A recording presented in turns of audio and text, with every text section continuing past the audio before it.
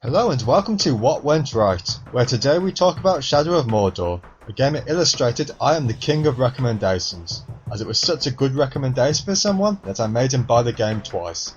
And, if you've heard of the game prior to now, which I'm fairly sure you will have, there is one element that is always praised, and that is the Nemesis system. So today we are going to dive in and look at what is so great about it. So, without further ado, let's rock. What went right? Shadow of Mordor, the Nemesis of Bordeom. To kick things off, let's actually explain what the Nemesis system is.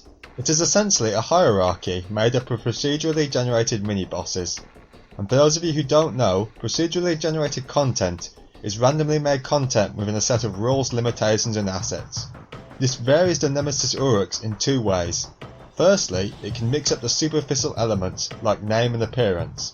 And secondly, it sets up different traits like immunity to ranged attacks or fear of burning. What this second one does is provide variety to the combat, as it can have to take different approaches depending on their traits. But the first one is not as insignificant as it may sound, as it can provide more character and the personal element to these enemies, but we'll get back to that later on. Now, I'm not normally a big fan of open world games. I tend to be drawn more to the linear style, and one of the main reasons for this is because I like being given interesting things to do, rather than just messing about in a big sandbox. And this is something that the Nemesis system does well. It provides plenty of random content, and far more importantly, this content has some significance, with it being a lasting effect outside of an individual fight. As opposed to say a big name open world game like GTA, where you're free to do what you want, but don't really get any significant reaction from it. In GTA, the biggest reaction you get is the cops, but they don't have any long-term effect. Now the Nemesis system is different to this. As I said earlier, it's set up as a hierarchy, so changes at one point affects other parts of it. So as what you do is no longer isolated, it ends up feeling a lot more important. In fact, one of the main goals of the game is defeating the war chiefs at the top of the hierarchy, and taking out those underneath them can be very helpful for this. What else can be interesting is that it even mixes up the ways these encounters can happen. There are random mini missions that can pop up, or you can just more naturally encounter him while traversing the map. And when meeting him on the map, it's not just limited to one, you can find multiple nemesis within an area, which can lead to more complicated and organic encounters.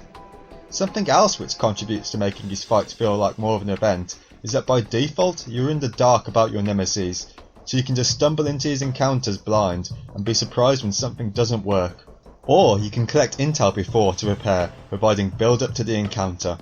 In addition, the nemesis will remember you, so if you've run away or been taken down by them before, they will comment on this when you fight them again, as well as growing in power from your defeat. This adds to the personal element I mentioned earlier, as it provides an organic story as a grudge can develop with a rival who has slain you a few times and grown in power and rose through the ranks. To keep the system interesting, the game does a couple of things. Firstly, it will refill the hierarchy over time, so you don't run out of things to do. And secondly, with the addition of branding later in the game, the system actually evolves. What this does is give you the option of dominating instead of killing, which allows you to brainwash the enemy, turning him to your side, adding another layer to the Nemesis system, as you can now make him do the dirty work for you. And it is especially satisfying when you can turn the tables in a war chief battle and have his cronies turn against him. Well, that's it for the video, thanks for watching. And while I did enjoy the game, there was one thing that really bothered me about it, and I feel I could sue under the Trade Descriptions Act, and that is how few doors there are. I mean, after bragging about it in the title, I was expecting a lot more door.